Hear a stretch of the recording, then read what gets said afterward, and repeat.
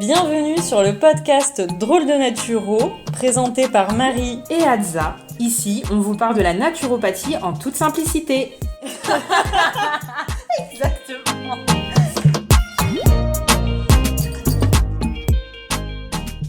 Bonjour à tous, salut Hadza. Salut tout le monde, salut Marie, comment ça va? Ça va et toi? Eh ben ça va. On se retrouve aujourd'hui pour parler des troubles digestifs à la suite du podcast d'il y a 2 semaines où on a parlé du système digestif. Aujourd'hui, on va aborder les troubles. Les problèmes. Exactement, et puis comment on peut un petit peu... Trouver des solutions naturelles. Voilà, trouver des solutions naturelles, tout en sachant que s'il y a des pathologies, si vous êtes inconfortable, allez consulter votre médecin, toujours. Nos conseils ne remplacent pas une consultation médicale. Voilà, en premier. Et si vous avez aussi une pathologie dans laquelle vous vous retrouvez, vous avez des symptômes qu'on va évoquer et que vous avez un traitement, n'allez pas vous amuser à ajouter des plantes là-dessus pour augmenter les effets et après partir dans un truc qui serait complètement...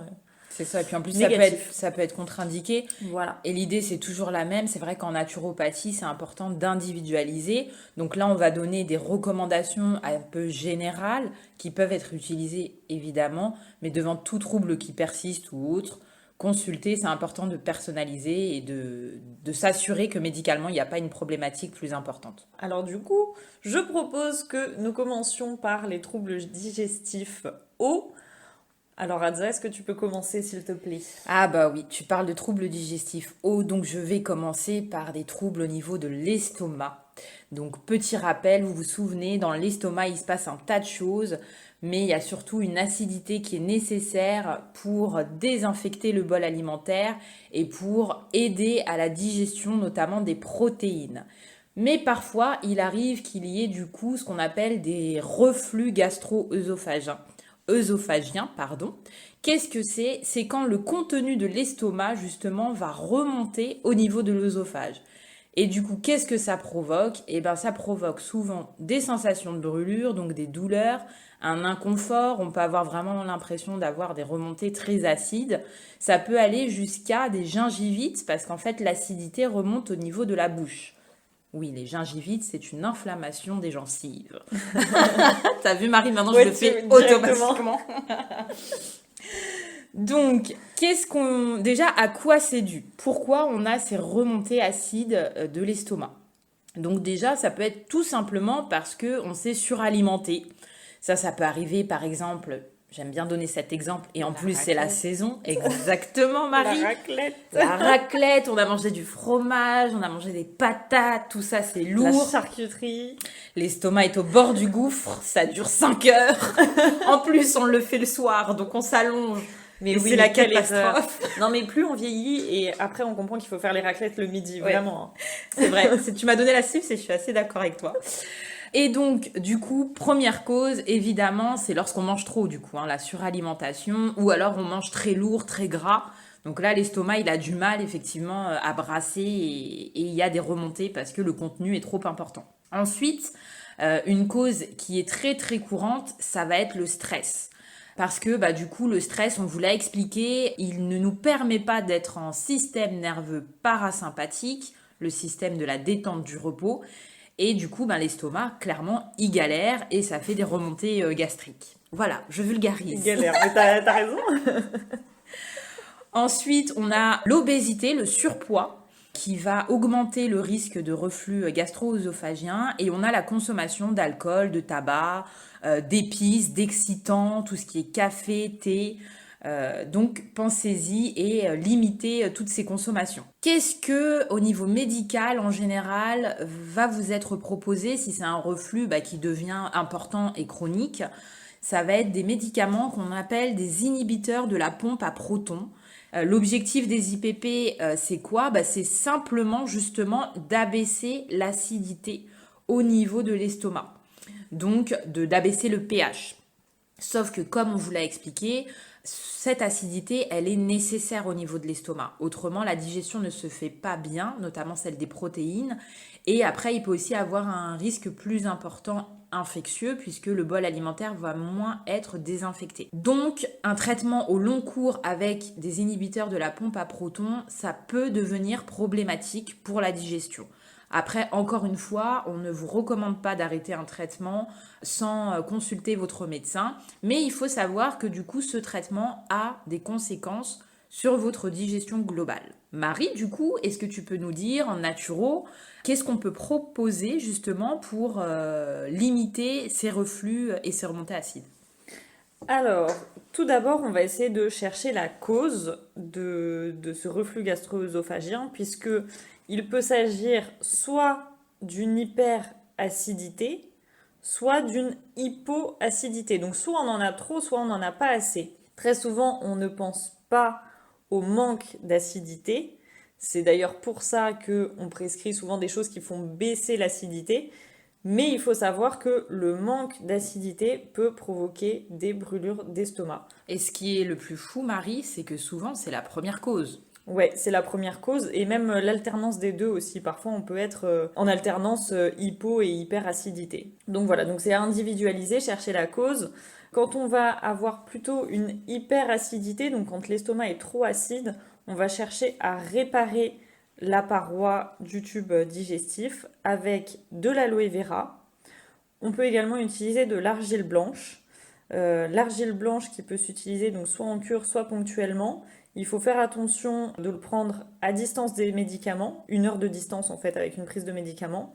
C'est contre-indiqué quand il y a des antécédents de troubles digestifs, d'occlusion intestinale et si on prend de l'huile de paraffine. Donc l'argile blanche, vous mettez de l'eau dans votre verre, vous prenez une cuillère à soupe que vous saupoudrez sur l'eau de votre verre, vous laissez tomber pendant minimum 1 heure, vous pouvez le faire toute la nuit et le boire le matin à jeun. Vous buvez l'eau qui est au-dessus, sans mélanger. En fait, vous ne remélangez pas la poudre, vous buvez juste l'eau stagnante. Et ça va finalement en fait venir réparer la c'est muqueuse. ça. L'argile, c'est magique.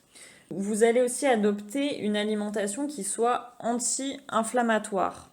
On n'a pas particulièrement parlé de l'alimentation anti-inflammatoire encore, il n'empêche que ça fait partie des règles de base qu'on a déjà abordées dans tous les podcasts. On fait attention à tous les excitants, alcool, thé, café. On limite les sucres, On limite raffinés. Voilà, et les acides gras saturés aussi. Et puis on va prioriser du coup tout ce qui est plutôt alcalinisant, c'est-à-dire qui vont les légumes, les fruits, les céréales complètes. Les oméga 3. Voilà, donc on va aller vers ce type d'alimentation. On va évidemment aussi ne pas consommer d'eau pendant le repas pour éviter de diluer les sucs digestifs. Ensuite, si on souffre plutôt hypoacidité, hypochloridrie, pour dire le nom technique. Voilà, le terme technique. On peut quand même utiliser aussi de l'aloe vera et de l'argile blanche tout simplement pour réparer la muqueuse, parce qu'il faut dire ce qui est, quand ça brûle, c'est pas forcément agréable et il peut y avoir des petites lésions. Donc on va les réparer ça avec de l'aloe vera ou de l'argile blanche. Ce que vous pouvez faire, c'est utiliser du vinaigre de cidre. Moi, ce que je préconise en règle générale, c'est de commencer son repas avec des crudités, par exemple. Si c'est des crudités amères, c'est encore mieux. Donc, par exemple, de la roquette, des endives, parce que justement, ça va permettre d'activer les sucs digestifs.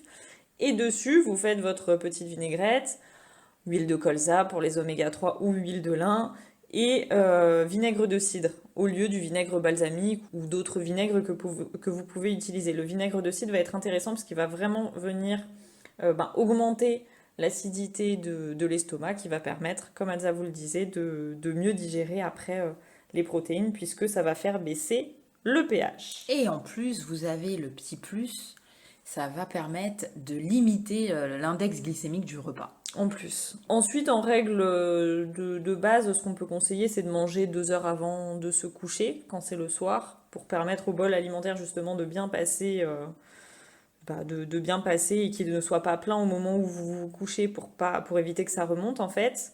On peut surélever le lit aussi un petit peu, donc au niveau de la tête de lit pour être surélevé. En fait, ça évite, c'est physique, ça évite les remontées.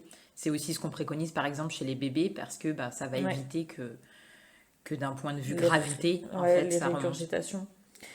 Et au niveau des plantes, alors, ça peut être intéressant de faire de la gémothérapie, donc avec les bourgeons de plantes, vous pouvez utiliser le figuier s'il y a plutôt une part de stress qui est liée à vos reflux gastro-œsophagiens, et du tilleul en complément, ça peut être intéressant. Ensuite, vous avez tout ce qui est plantes amères, pour ce que je vous disais tout à l'heure, ce côté activation des sucs digestifs, la gentiane, le gingembre. Et il ne faut pas négliger non plus l'activité physique.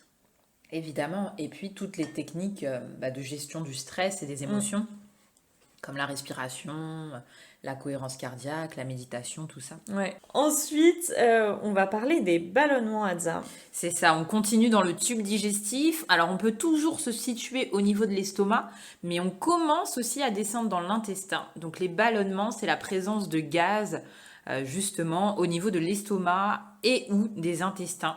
Et donc ces gaz, ils vont être dus à la fermentation des aliments non digérés justement ou à la putréfaction en fonction du type d'aliment. Donc ça peut être soit des aliments plutôt glucidiques, soit des aliments plutôt protéinés.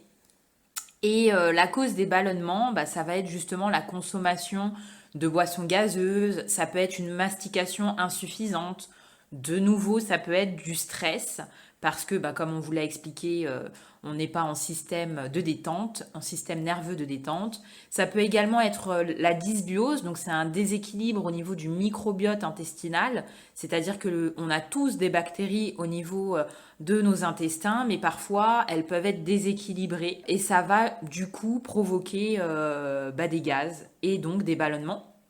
Ça peut également être des causes hormonales avec un syndrome prémenstruel pour les femmes. Et donc, qu'est-ce qu'on peut faire par rapport à ces problématiques de ballonnement? Parce que c'est très inconfortable. Puis, bah, on peut pas péter partout, hein. Voire parfois, ça ne sort pas. Oui. Mais en société, c'est pas forcément Toléré.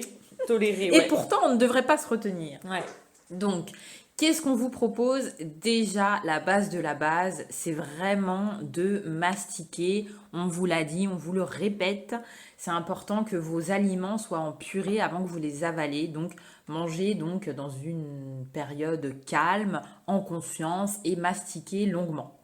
On va également éviter toutes les boissons gazeuses, que ce soit l'eau pétillante, que ce soit les sodas. Et il va falloir bah, évidemment manger de façon équilibrée en pensant à mettre l'accent sur les aliments contenant des fibres, donc les céréales complètes, les fruits et légumes, et également en adoptant justement des techniques de gestion du stress et des émotions.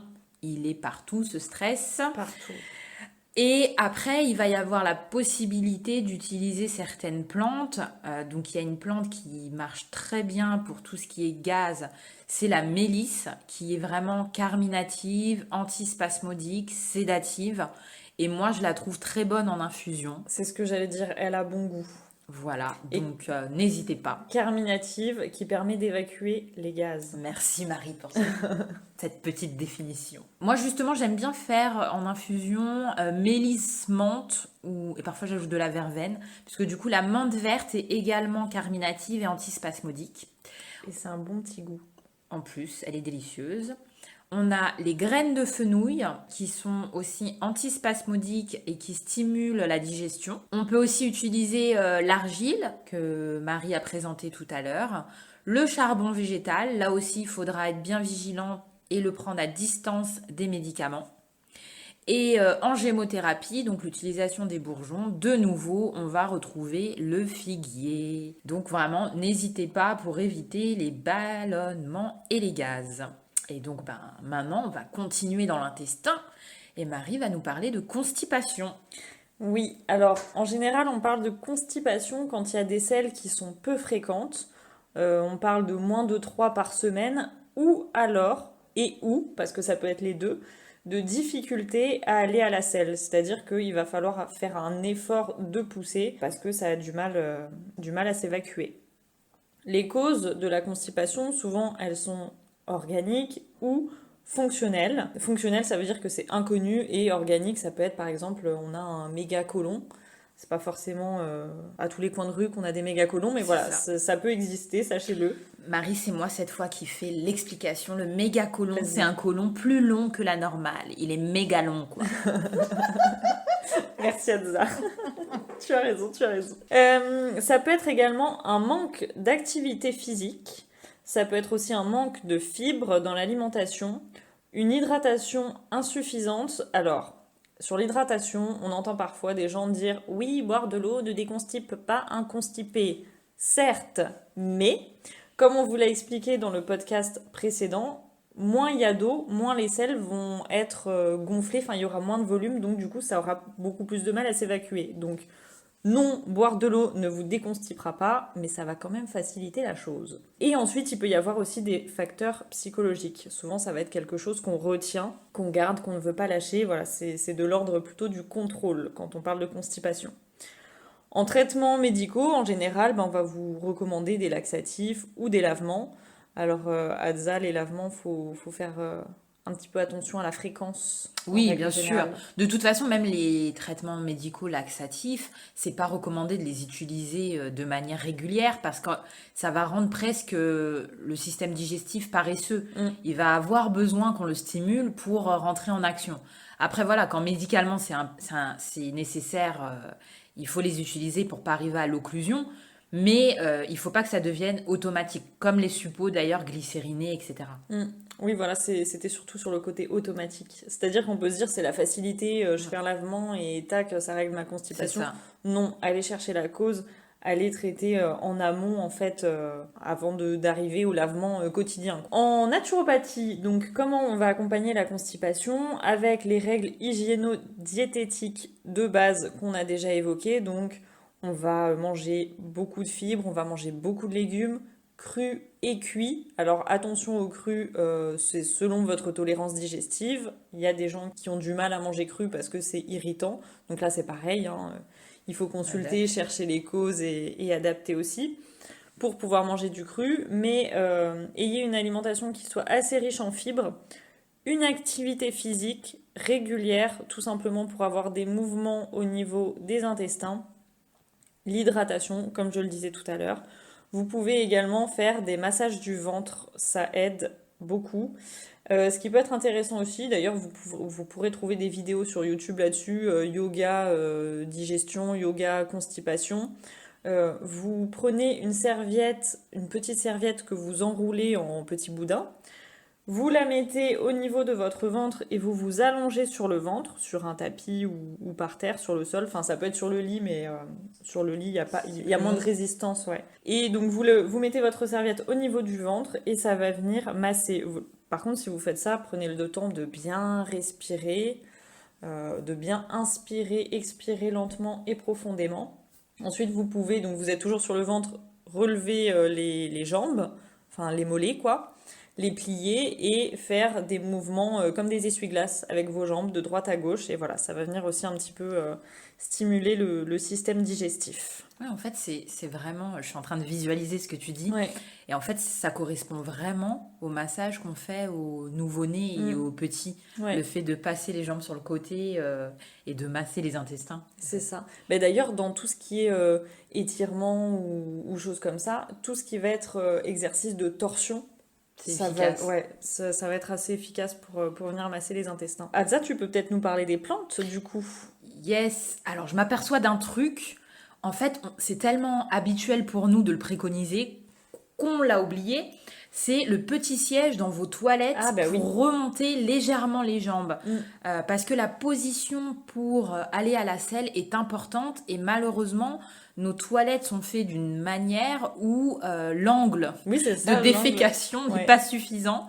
Donc, il faut remonter légèrement les jambes et juste en positionnant un petit tabouret, un trépied, je ne sais pas comment on appelle ça. C'est les petits tabourets qu'on met aux pour les enfants pour quand ils un marchepied. Voilà, quand ils vont se brosser les dents, là, qui sont trop petits. Exactement. Ça va légèrement surélever vos jambes et donc ça va provoquer déjà une meilleure ouverture. Oui. Et en même temps, ça va faire une petite pression au niveau abdominal qui va aider du coup à l'évacuation des selles. Et ensuite, pour parler des plantes dans le cadre de la constipation, donc il y a déjà toutes les plantes à mucilage. C'est plutôt les plantes qu'on va vous préconiser dans un premier temps parce qu'elles sont moins irritantes et elles vont finalement former un gel qui va permettre de faire glisser les selles et elles vont aussi augmenter le volume du bol fécal. Donc, quel type de plante? Ça va être le psyllium.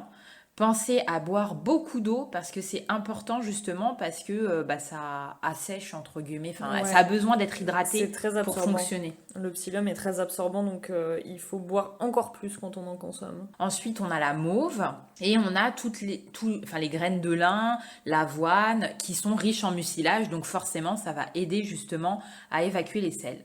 Je te donne un petit tips à ça, Yes, donne le tips. pour quand tu seras constipé, si toutefois tu devais l'être. Le psyllium, ce qu'on peut faire aussi, c'est le mettre. Moi, parfois, je le mets, j'en rajoute un petit peu dans les quiches, parce que tu sais, souvent, on met Ah, de la crème ou du lait. Enfin, moi, je fais avec du lait de soja. Et ben, je mets un tout petit peu de psyllium, par exemple, une cuillère à soupe, une ou deux, ah. et je mélange à ça, et comme ça, j'en ai un petit peu de temps en temps dans Du les coup, quiches. tu Voilà. apportes du mucilage et du Ex- coup, tu t'hydrates bien après. C'est ça, et je m'hydrate bien après. Super, parfait.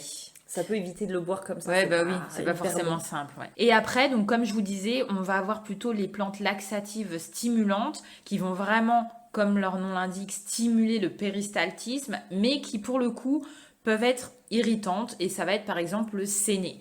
Donc là, on l'utilise vraiment dans des cas plus particuliers où on n'a pas réussi à évacuer ses selles. Et vous avez aussi la tisane de Richter. Je sais pas s'il y en a certains qui connaissent, mais la tisane de Richter, c'est un mélange de plantes qui sont très stimulantes pour le coup, pour le système digestif. C'est pas Voilà, on l'a en auditif. J'allais dire, on a une belle vision, on a un magnifique audio d'Adza. C'est papa. et pour le coup, oui, après, on a aussi des techniques peut-être plus connues. Il y avait le pruneau. Il y a des Oui, personnes soit qui mangent des pruneaux à jeun, soit qui font tremper des pruneaux dans l'eau et qui voient l'eau de trempage le matin à jeun. Donc voilà, à vous de trouver les techniques qui fonctionnent. qui vous correspondent aussi. Puis ben, après la constipation, ben, on passe Ça s'accélère un petit c'est peu. ça, on passe à la diarrhée. Donc la diarrhée, bah vous le savez, hein, c'est l'inverse, ça va être des selles vraiment trop fréquentes qui vont avoir une consistance molle, voire liquide. Et c'est donc bah, vraiment une accélération du transit. Pour le coup, là, c'est aussi très dérangeant. Les causes des diarrhées, donc elles sont multiples. Ça peut être des diarrhées infectieuses, donc liées à une bactérie, à un virus ou à un parasite. Ça peut aussi être justement une bactérie dans l'alimentation, donc c'est ce qu'on va appeler une intoxication alimentaire.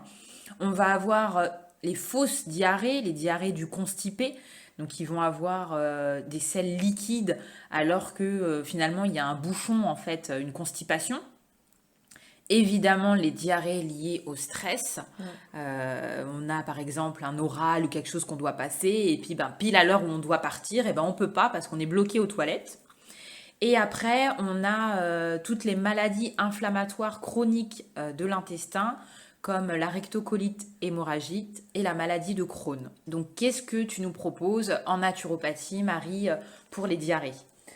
Alors, les règles hygiéno-diététiques que vous connaissez, donc on va limiter la consommation de fibres, là pour le coup, pour ne pas irriter encore plus l'intestin et favoriser justement les selles.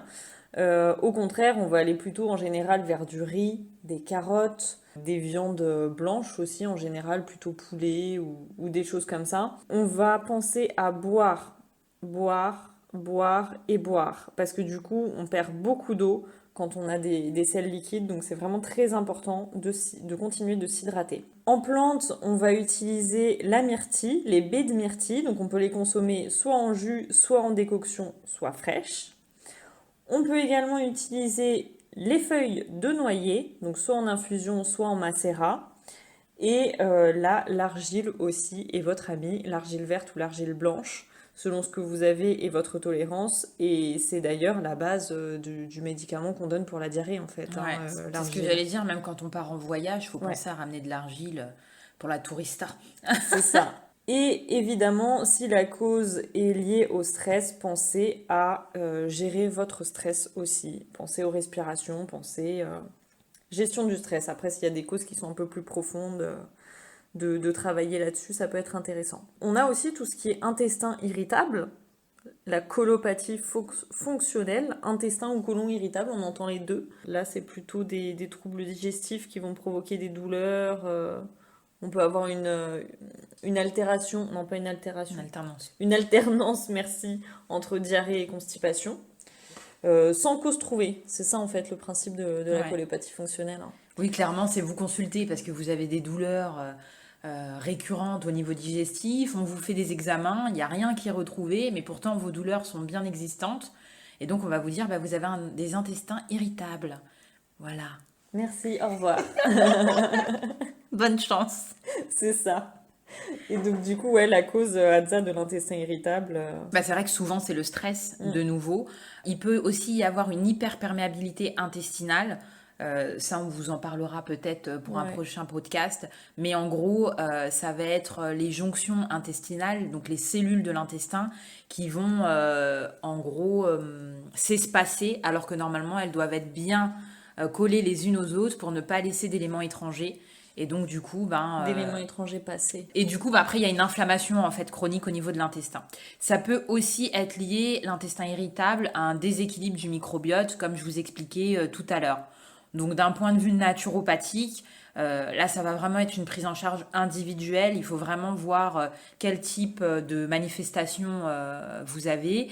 Et de nouveau, en naturopathie, on va vraiment accompagner autour de règles hygiéno-diététiques, d'une prise en charge au niveau du stress et des émotions, et après d'utilisation, comme on vous l'a dit, soit de plantes, soit d'autres, en fonction de l'alternance de la diarrhée, de la constipation, et de l'activité physique, la connexion à la nature, tout ce que vous connaissez maintenant. Donc, vous avez maintenant un petit aperçu de quelques troubles digestifs que vous pouvez rencontrer éventuellement, que vous avez peut-être déjà rencontrés. Et si vous les rencontrez à nouveau, vous avez quelques astuces pour pouvoir y pallier. Et on vous rappelle, n'hésitez pas à consulter un personnel médical pour tout désordre qui durerait en fait et qui serait inconfortable, douloureux. Et faites attention si vous avez déjà une prescription médicale à ne pas utiliser les plantes n'importe comment. Voilà, il faut toujours un avis. Merci Hadza pour ce podcast, pour ce tour de troubles digestifs. Et puis à dans 15 jours tout le monde. On vous dit à dans 15 jours. À plus. Merci à tous pour votre écoute. On se retrouve dans 15 jours et en attendant, prenez soin de vous et n'oubliez pas que l'équilibre c'est la clé. À bientôt.